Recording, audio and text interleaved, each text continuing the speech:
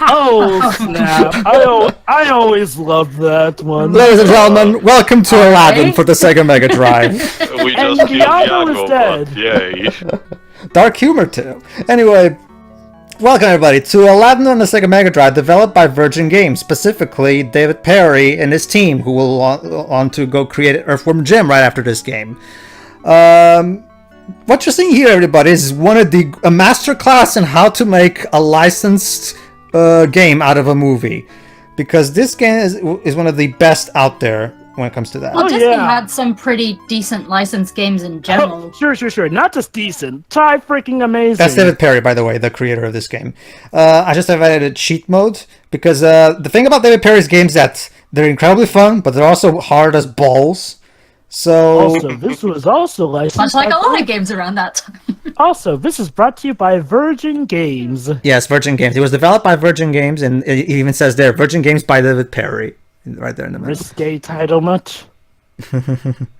Alright, basically everybody, there's an interesting story about this game. I don't know if you know about it too, but... oh, actually, never mind. We're going to get a cutscene now. Alright, so here's what we have an Aladdin head for 1-up. We have supposed to save Princess Jasmine. We have an Abu token for an Abu bonus level, a Genie token for the Genie bonus level, extra health with a heart, the lamp is a health meter, and you also can throw apples just like in this Super Nintendo game.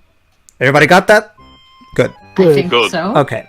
Go ahead. Agrabah, Go ahead. a faraway land of wind and sand. A young street rat named Aladdin must steal to survive. Meanwhile, Jafar, the Sultan's advisor, plots to take over the kingdom by stealing a magic lamp from the perilous Cave of Wonders. Go ahead. Our story begins on a dark night. Of course. That's a natural line from the movie, so cool. Well, yeah.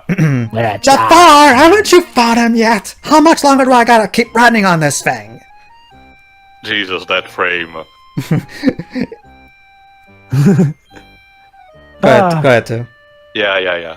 Quite, Iago. I must know who can enter the Cave of Wonder.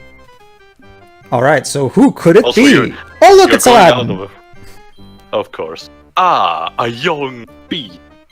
We must extend him an invitation to the palace. Alright, so first level, Why Agrabah doesn't Market. involve a kindly written So yeah, letter? take a few liberties from the movie's plot, and actually this is actually technically more faithful to the original fairy tale of sorts. The first thing Jafar does is actually send the guards after Aladdin. This is even before he meets Jasmine. So this is actually basically it's an excuse to have more levels, because if you just did the movie parts, it would be a bit too short. So for the sake of having more gameplay, we'll take a few liberties with the plot. Also, holy cow, that knife swallower was trying to kill us. Alright everybody, so here's a little piece of... and by the way, here's the first thing you'll notice immediately by this game. This game looks gorgeous. This entire game was done by hand-drawn animated by Disney... oh, excuse me, lady, what are you I'm Trying sorry. to kill us with pots. When did we enter in Crash Bandicoot 3? How many pots do you have? Excuse me, lady. Link will be so proud. Anyway, No, he wouldn't. She's wasting the rupees. basically, everybody, you're probably wondering, why did Disney send their very own hand-drawn animators from the actual studio to work on a video game? I mean, well, let's just say there's an interesting story about it. Basically, it has to do with the Fantasia Mega Drive game. For those who don't know, the Fantasia Mega Drive game was terrible. And let's just say Disney did not like how one of their biggest, most beloved properties got a shitty video game. So, starting after that, Disney decided to take a more creative control under the licensed games that would be made. And by the way, we can kill the women for in the pots, so our hero, ladies and gentlemen. Hey, it's self-defense. I mean, everyone's trying to kill us out here. Anyway, yeah. Even the street performers.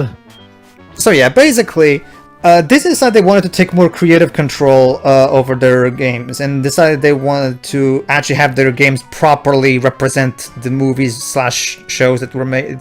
So basically, they decided to take matters into their own hands. So they partnered up with SEGA, because SEGA was one of their best ones in terms of making Disney licensed games back at the time, with the Illusion series and stuff like that. So they got Disney animators to actually make the sprites and all that shit. However, they still needed the developer to do the actual coding and level design, right? Originally, Blue Sky, the developers of the Jurassic Park Mega Drive game, check our playthrough if you're not familiar with that, were hired originally to do this game. However, they were, let's just say, the game was turning out, don't get me wrong, it was turning out to be decent. We don't have any actual footage of that. We didn't really saw anything about that. But the report says that it was looking decent, but Disney was not satisfied. Disney didn't want decent; they wanted brilliant. So Blue Sky was taken off the project, and they started looking for another developer. So at the time, David Perry and his team at Virgin were basically making great licensed games like Cool Spot, the Terminator Sega CD game, and other great licensed games that got great reviews and sales at the time. So they decided to get him on the job. And David Perry actually was the one who came up with the software that was used to compress the Disney animation into sprites. And look at this. It looks so freaking fluid. Mm-hmm. Not just that, let's listen to that soundtrack. Yeah, of The course. soundtrack was this one by Tommy Tallarico. If you don't know who Tommy Tallarico is, you need some serious education, because Tommy Tallarico is one of the greatest video game composers of all time. He was an incredibly prolific composer back in the 90s, and you might know him as the responsible for the video games live concerts. And let me put it like this, folks. Anyone who could do a soundtrack this good with the Mega Drive before the Sonic games came about, well, let's just say this was considered the equivalent of making a good soundtrack on the Game Boy. Oh, by the way, here's the salesman from the movie. Here's what I can do. If I have gems, I can actually buy either extra lives or wishes. What are wishes? Or they're continues, basically. So I can so you can actually use the gems you collect to buy stuff. So that's pretty cool. So it's not just for points. That's pretty cool. So yeah, and yes, we're listening to Prince Ali right now, which, for the record, the Super Nintendo game doesn't have this song. So yeah, we'll talk a bit more on the Super Nintendo one. Although I find it a bit weird that they didn't play, one jump ahead for this, since that's what this game's all about. They play it later in the other Agrabah level. Oh yeah, basically it's if I get the Jafar token in that roulette, I immediately lose it. So we'll have to see. I'll explain more about that minigame later. Anyway, bonus level of Abu. If you spin the enemy safe, you lose currency. Where have I seen that as well? Abu in Agrabah. I have no idea, Jova. Okay, watch out, Abu. So yeah, mini games. Abu dies in one hit, so avoid the pots. Basically, it's a survival level. Survive at the end and you'll complete it. The trade-off is that you get to collect any of the power-ups and pickups that you get along the way, like gems and even an extra life that will show up later. And trust me, with how tough this game is, you're gonna need them. To follow up on what Jova was saying, and this is going to become a lot of very incredibly apparent when we get to Earthworm Jim and Cool Spot and other games done by David Perry and his favorite composer, Tommy Tallarico, but of all the third-party composers back in the day, Tommy Tallarico was the best one at using the Mega Drive sound chip. He made some amazing Mega Drive soundtracks back in the day.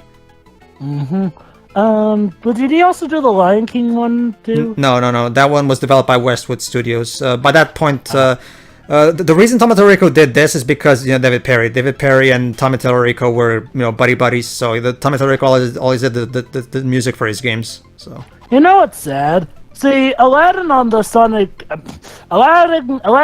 Genesis was, kind of like, the licensed Disney game that would be, sort of like the one that would open the floodgates for a lot of other pretty great Disney Mega Drive / Genesis games. And yet the sad thing is that later, fast forward to the PlayStation era, Aladdin would be like the only Disney game to have a crappy PlayStation adaptation. Whereas stuff like Lion King, Little Mermaid, and Hercules in the case of Nazir's Revenge, it was supposed to be, instead of a proper licensed product, it was like an original story, supposedly. Go ahead, Joe. Oh, no, anyway. Escape from the gods. Aladdin is approached by an ancient beggar. Go ahead, too. There's a cave, boy. A cave of wonders filled with enough treasure to make all your dreams come true. Again, this is that face. Again, this is go ahead. To find it, you must find the 2 halves of a magic scarab. The first half is lost in the desert. Again, the interesting thing is that doing the plot this way actually makes it a bit more faithful to the original fairy tale, because in the original in the original fairy tale, the vizier whoever tried to approach Aladdin disguised at first and try to and not just as a last. It was literally the first thing he tried. Whereas in the movie, instead they what happened was okay. To be fair, Jafar did come disguised to him. It was part of his True. plan. What this game doesn't show, though, is Aladdin actually getting caught in jail, which is not yet, at least, but he will get Weird. caught later. Which- Is a little trick. If you go back to the beginning of the stage after walking a bit, you'll find an extra life. classic. Now let's check out the idle animations, because we're watching Disney animators at work here.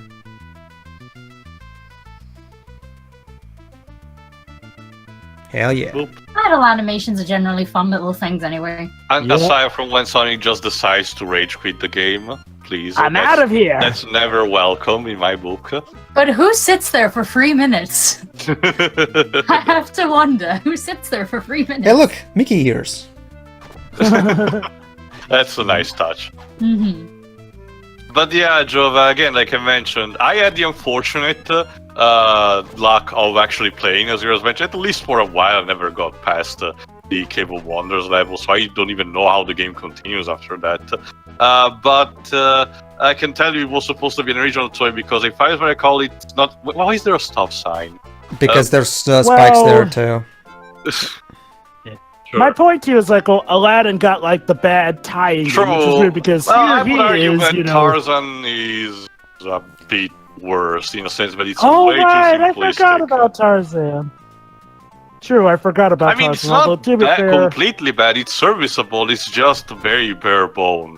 If I well, have that's to the be thing, though. I mean, honest. at worst, yeah, it's like you said, though. At worst, it's bare bones and serviceable. Aladdin, though, that was gone off. Well, it was just a mess, Jova, but yeah. Theo, the way you get apples, the most important thing in that goddamn game, is way too complicated. Not just that, Jova, again, having to keeping the circle button pressed and to wait and to transform it into a stealth section out of nowhere was just counterintuitive. This but, game was actually the yeah. beginning of a partnership between Disney Interactive and Virgin, because right after this game, Virgin went on to make other... Oh, look, Goofy's face on that pillar. There you go. Nice Easter egg. Alright, so here's an interesting thing. If you go on this pillar and you press jump, you will jump upwards right to where the salesman is. Interesting. Alright, That let's is incredibly handy. let's back continue. It's a deal. Alright, so like I was saying, this was the beginning of a partnership actually, because Sega was this was actually the highest selling third-party game on the Mega Drive, believe it or not. So, Not surprised there. so as you can probably guess, Disney thought, okay, we've found our development studio. Let's keep making more licensed games with them. We have a man's bathroom and a women's bathroom, and we have a genie bathroom. Hey, that seems like Abu managed to take this one down. Come on, Abu, don't abuse it.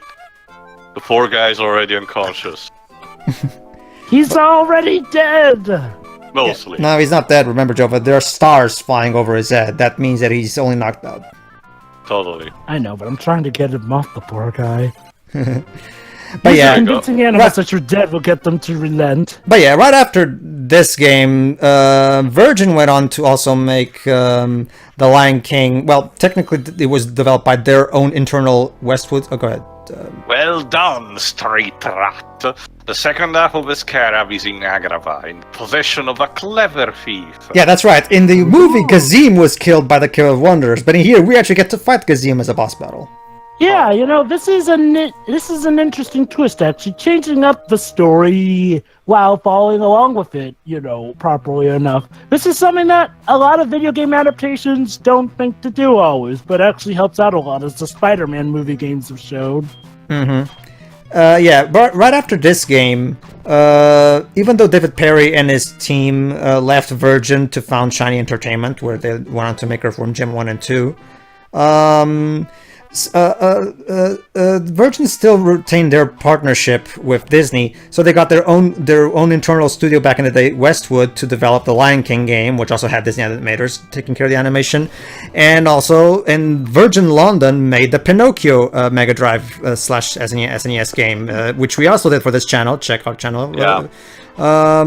So basically, the 90s were basically a golden age for Disney licensed games of sorts, because we literally had games with actual Disney animators doing the visuals.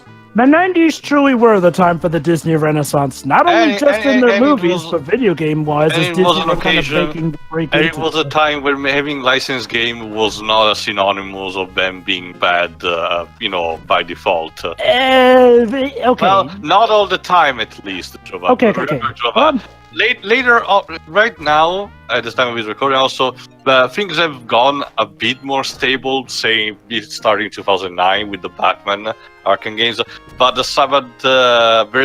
there had been a consistent time period where licensed games were just bad through and through. Yeah. Let me sum it up like this, Tio. The Disney games were what helped the notion of bad licensed tie-in games go away, because there were still a fair share of pretty crap ones. Like, heck, even the Angry Video Game Nerd has covered a lot of those old ones. Like, would you believe that even Terminator was kind of a bad game? Like, here's the thing. People don't remember those games as bad was because, if anything, movies were defined more so, and by this sense, in the entire franchises were defined by the legacy of the movie. So people didn't really care how crappy games could be, per se. The only good Terminator games that I can think of are the ones made by, David Perry and his team at Virgin back on the Mega Drive and the Sega, especially the Sega CD version, because Tom and Tallarico's music for the Sega CD version is amazing.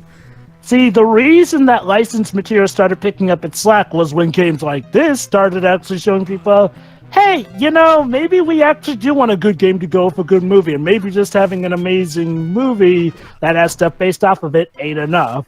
Which begs also, the question. I've heard that the NES Beauty and the Beast game is really terrible. Oh God, I forgot that. The Beauty and the Beast games in general were not very good. But like I was saying, yeah, that begs the question though. If David Perry was so good at making licensed games, what happened with the Matrix games? Ugh. Wait, he was involved with that? Yeah, Shiny Entertainment was the one who made the Matrix video games. I think we actually were the two last games we did before. Yeah, those games were so terrible. They killed Shiny Entertainment. How the mighty have fallen. Yeah. I don't get it either. It happens a lot, Jova. I mean, I've seen it as a pattern. We can't even use the excuse, oh, well, the Matrix movie sucks, so obviously the games are going to, because no, I mean, for as much as Matrix as a film trilogy sucked, the concept of it lended it to being pretty much easy to make a game. Not just that, Jova, I still stand on my statement that at least, both of them, apart from the entire Matrix, was way ahead of their time. If they were made in the PS3, Xbox 360 area, they would have a much easier time, especially considering Warner Bros. Turned its head in handling licensed games, Batman game. I don't know, Tio. We also have to take into consideration. Yes, I know the thing about microtransactions, but otherwise, the licensed game has been consistent. So yeah, here's the Gazim, and we get to hear the boss theme as well. As you just heard, Jova, we got one jump ahead for this level. Yep. And not only Tom could do a great job turning the songs from the movie into awesome 16-bit remixes, even the original stuff sounds amazing. So. Yeah, that's one thing. While the Genesis did not have as good a sound card as the SNES, but Genesis tended to have better renditions of some tracks when it came to their actual adaptations. I mean, okay, Lion King is going to be a weird case, and folks, we might actually handle both versions, but here's the main thing with Lion King, SNES versus Genesis one. The SNES one, for the most part, has better music qualities here and there. The difference, though, is that the SNES version, though, because of some limitations, does not get to read all the vocal tunes and tones that the Genesis one can do. The Genesis had, shall we say, a better sense of range with its sound card. And now we're in Donkey Kong. So we're fighting the Captain of the Guards. That's right, after taking out the thief. I forgot. Do we give him a name in the TV series or Return of Jafar? Return of Jafar. Alright. Well, Return of Jafar was a pilot for the TV series, anyway. True. So. That was marketed as its own full-blown movie, but... Don't even get me started, Jova. I was one of the sad souls who bought that VHS back in the day. Jova, it's pretty much a recurring thing through like 75%. Alright, let's see if we can make this work this time. Alright, fuck it. I'm just gonna save a state. There you go. Well, Pedro, yes, you can do that, but can you bear the consequences of that? Well, Teo, maybe if this thing didn't go so blinking fast. Oh, Pedro, don't worry, I'm not judging you, at least not I. We're not judging you out loud. Go ahead, Jova. With both halves of the SCWRM, Aladdin is ambushed unexpectedly by the palace guards. You won't get For no away this reason. time, thief. It's a sultan's dungeon for you. Oh, fuck you too, then. Also, where's my tooth? Jasmine looks like she's about to kick his ass. I don't know. Unhand that prisoner by order of the princess. And that was Jasmine's only line in the entire game. I hope you enjoyed This it. prisoner who I do not know at all. Sorry, Miss Version. princess. You'll have to take it up with Jafar. Jova? Cast into the Sultan's dungeon, Aladdin can only think of Jasmine, the girl from the marketplace. Wait, what? Why would he ever have a chance with a princess? Yeah, So it's like the thief and the cobbler now. Yeah, this isn't. Oh yeah. So yeah, now we have to escape the Sultan's dungeon. But anyway, and Tommy also found this with since Tommy didn't know where to place Arabian Nights, he put it here. Yeah. To be fair, there's not really another level in this game where he could place it, so might as well put it here. Oh yeah, I have no problems with it. I will admit though, okay, now I do like the idea Oh, of the look story. at all that 3D.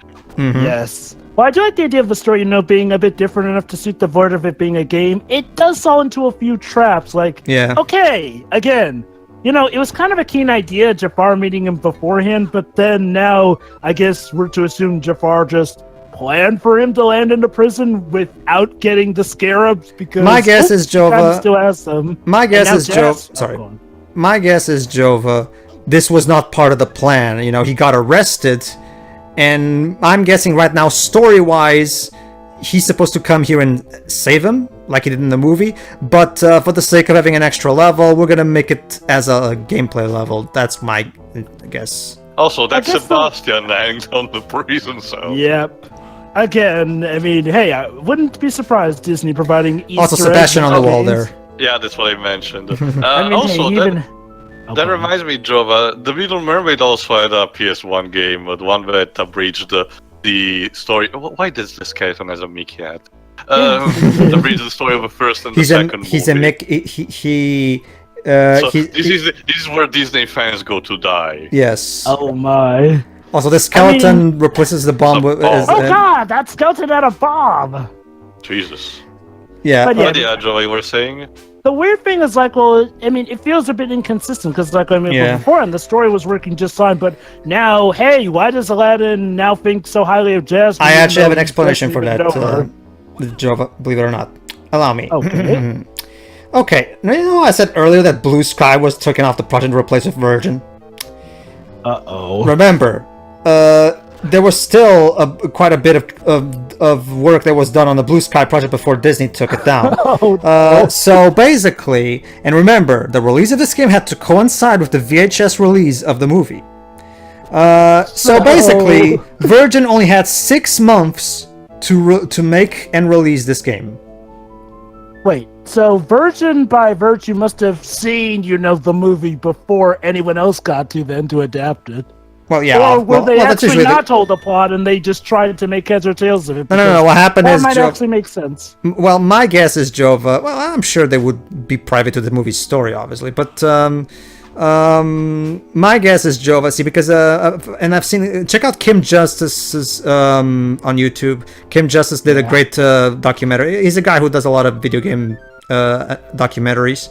I think he did a video on the Kickstarter stretch goals for Mighty Number 9 and how, well, that infamous thing with the cases that were 2 sizes too small or too large for their bits, but that's another story. I thought that was Go ahead. Stop Skeletons. Whatever. The point is, the developers apparently were actually intending to actually include more elaborate cutscenes that would probably explain things a bit better, but because of the time constraints, something had to be sacrificed, and in this case, it was a story.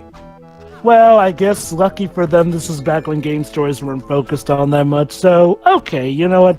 I can understand why they would have made that choice. Let's think about this for a moment. Like, they only had 6 months to make this, and they still turned out a fantastic product. Now, imagine if they had a year. absolutely. Imagine if they had a year to make this. Yeah. So what, should we ask for a Kickstarter to get good old 16-bit Disney games back on the market? New and improved, but now with the Made proper by development time WayForward. they'll need. Yeah, I wouldn't mind I WayForward mean- making a Disney game. I mean, you know what? I would not mind a return of some 16-bit I Disney think games. the last, well, even in general, Jova, aside from Kingdom Hearts, classic Disney games are, I think, maybe some minor, those minor things we see on mobile, iOS and Android stores. But aside from that, I think the last major Disney licensed game was Treasure Planet. No, or actually, Chicken Little, answer I to think. both to be fair, Tangled, we've got both stuff like Tangled, Wreck-It and Ralph. both Tangled. Well, Wreck-It Ralph also got one, I but we know don't that talk Frozen about the got a Wreck-It Ralph spin-off game. game on the DS called All Up's Adventure, I think it was called. But I mean, proper tie-in licensed games that came out with the around the release of the movie. In 2010, we got a Tangled game and a Toy Story 3 game, but that was basically the last of it. We had the Wreck-It Ralph game, but we don't usually like to talk about the Wreck-It Ralph game. Oh god, no, I remember. The Wreck-It Ralph game is god-awful. Again, I didn't even know that was a thing. sure, You're better off. Even to fathom. we're probably going to end I'll up just covering keep it. the movie. Basically, Obviously, Jova, but the question still lingers. how Yeah. did you mess up an adaptation of a movie that's literally about Based on a video video games? And yet, not only that's right, it is one of the worst tie-ins I've seen, and I'm not exaggerating.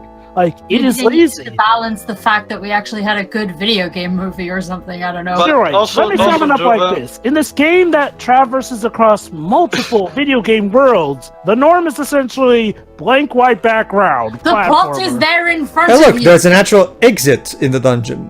It even has a Oh, logo and that's everything. How thoughtful. They could literally copy and paste that movie and make it a game. It boggles the mind. But hey, Fuck. not only... And No, then Pedro, I there's guess also you're not an- even oh. luck with that.